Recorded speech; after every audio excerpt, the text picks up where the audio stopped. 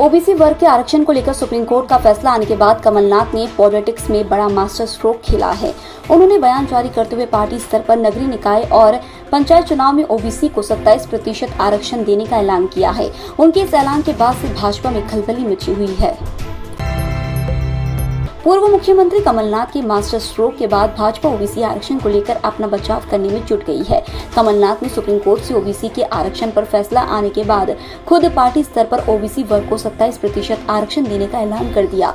उनके इस ऐलान के बाद तुरंत भारतीय जनता पार्टी भी सक्रिय हुई और भाजपा के प्रदेश अध्यक्ष विष्णुदत्त शर्मा ने अपने निवास पर मीडिया को बुलाकर पार्टी स्तर पर 27% आरक्षण ओबीसी वर्ग को देने का ऐलान किया। मध्य प्रदेश की 8 करोड़ से ऊपर जनता बहुत पढ़ी लिखी है, समझदार है। ओबीसी वर्ग हमारा बहुत जागरूक है, तो एक एक बात को जानता है। किसने व्यवधान डाल करके इस चुनाव को अवरुद्ध किया था, उसके बाद हमें जो प्रयास करने चाहिए थे। और मैंने कल भी उल्लेख किया था कि यही कांग्रेस की सरकार कमलनाथ जी के नेतृत्व में थी। दिग्विजय सिंह के इशारे पर मध्य प्रदेश के उच्च न्यायालय के अंदर जो ओबीसी रिजर्वेशन की बात चल रही थी 27% का, उसमें 27% ओबीसी पॉपुलेशन बता करके किसने झूठ बोला था? कल मैंने दिखाया था गजट में पारित करके 27% ओबीसी पॉपुलेशन मध्य प्रदेश के अंदर और 27% आरक्षण की बात कर रहे हो। झूठ कौन बोलता है? किसने गलत तथ्यों को प्रस्तुत किया? ये कमलनाथ जी, दिग्विजय सिंह जी जो बोल रहे हैं, जरा बताएं इस बात को। और इसलिए मैं कहना चाहता हूं कि ओबीसी वर्ग के अंदर, इस देश के अंदर माननीय प्रधानमंत्री नरेंद्र मोदी ने आजादी के इतिहास में ओबीसी कमीशन बने थे। लेकिन मैं पूछना चाहता हूं, 50 वर्षों तक, 55 साल तक कांग्रेस ने राज किया था, ओबीसी कमीशन को संवैधानिक दर्जा क्यों नहीं दिया था? क्योंकि ओबीसी वर्ग नेतृत्व के लिए कहीं खड़ा न हो जाए। दुर्भाग्य था इस बात का, लेकिन मैं गर्व से कहता हूं कि भारत के प्रधानमंत्री नरेंद्र मोदी ने इस देश के अंदर ओबीसी कमीशन को संवैधानिक दर्जा देने का काम इस देश के अंदर प्रधानमंत्री नरेंद्र मोदी, भारतीय जनता पार्टी की सरकार ने किया। कांग्रेस ने सुप्रीम कोर्ट के फैसले को लेकर भाजपा की राज्य सरकार पर हमले तेज कर दिए हैं। कांग्रेस नेता इस मामले में पहले ही यह आशंका जाहिर कर रहे थे कि राज्य सरकार ने जो आंकड़े अदालत में पेश किए हैं, उससे ओबीसी को रिजर्वेशन पर संकट के बादल छाए हैं। अब सुप्रीम कोर्ट के फैसले के बाद कांग्रेस के पूर्व मंत्री और विधायक सज्जन सिंह वर्मा ने आरोप लगाया है कि भाजपा द्वारा संघ के हिडन एजेंडे को लागू किया जा रहा है। संघ रिजर्वेशन को खत्म करना चाहती है। इसी तरह पूर्व मंत्री व विधायक कमलेश्वर पटेल ने राज्य सरकार से मांग की है कि वह संविधान में संशोधन के लिए संकल्प पाएं और इसके लिए विधानसभा का विशेष सत्र बुलाया जाना चाहिए। सरकार ने अदालत में सही ढंग से ओबीसी रिजर्वेशन में पक्ष नहीं रखा और इस कारण पंचायत चुनाव में अन्य पिछड़ा वर्ग को उसके रिजर्वेशन के अधिकार से वंचित होना पड़ा है। कि कांग्रेस इसमें कोई राजनीति करना नहीं चाहती। यदि शिवराज चौहान और नरेंद्र मोदी साहब, आप हमारे कांग्रेस के नेताओं के हलफनामे दिलाना चाहते हो सुप्रीम कोर्ट में, या जिस भी जगह दिलाना चाहते हो, कमलनाथ से लेके कमलेश्वर पटेल, पीसी शर्मा, सज्जन वर्मा तक हलफनामा देने को तैयार है कि चाहे कुछ भी हो जाए 27% आरक्षण कैसे भी हमारे पिछड़े वर्ग के साथियों को दिलाया जाए। ये हम आपसे अनुरोध करते हैं। कहीं कोई राजनीति नहीं है, कोई लाभ लपेट नहीं है।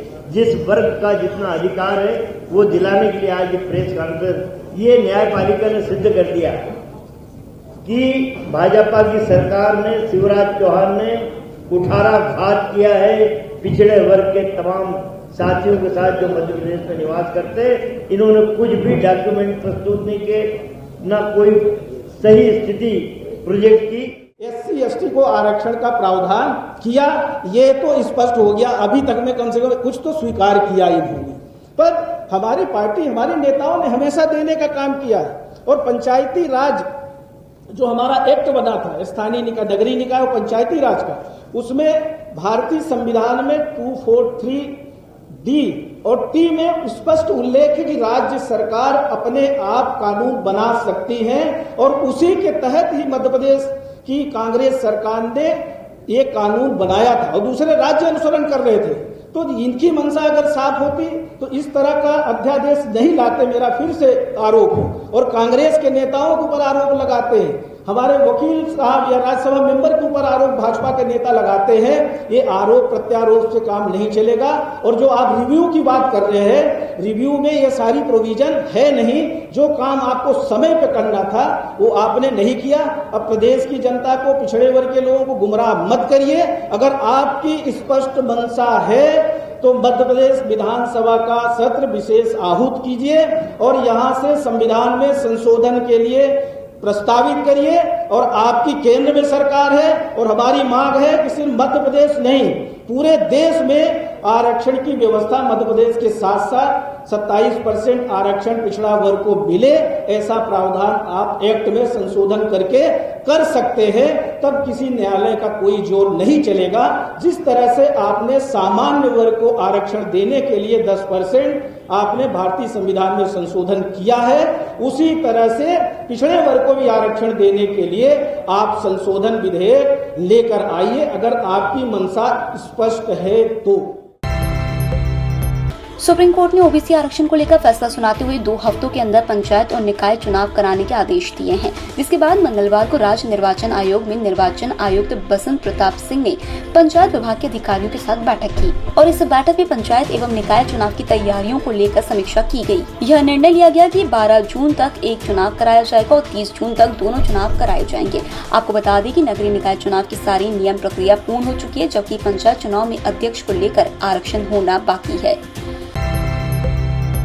सुप्रीम कोर्ट द्वारा 2 हफ्ते में पंचायत और नगरीय निकाय चुनाव के लिए अधिसूचना जारी करने के आदेश के बाद राज्य निर्वाचन आयोग सक्रिय हो गया है। आयोग के कमिश्नर बसंत प्रताप सिंह ने बुधवार को पंचायत एवं ग्रामीण विकास विभाग के अफसरों को तलब कर चुनाव तैयारियों पर चर्चा की। बुधवार को ही शाम को नगरीय विकास और आवास विभाग के प्रमुख सचिव के साथ राज्य निर्वाचन आयोग के कमिश्नर बैठक करने वाले हैं और राज्य निर्वाचन आयोग ने गुरुवार को सभी कलेक्टरों के साथ चुनाव की तैयारियों को लेकर वीडियो कॉन्फ्रेंसिंग करने का निर्णय लिया है। EMS टीवी के YouTube चैनल को सब्सक्राइब करें और बेल आइकन दबाएं, साथ ही EMS न्यूज ऐप डाउनलोड करें।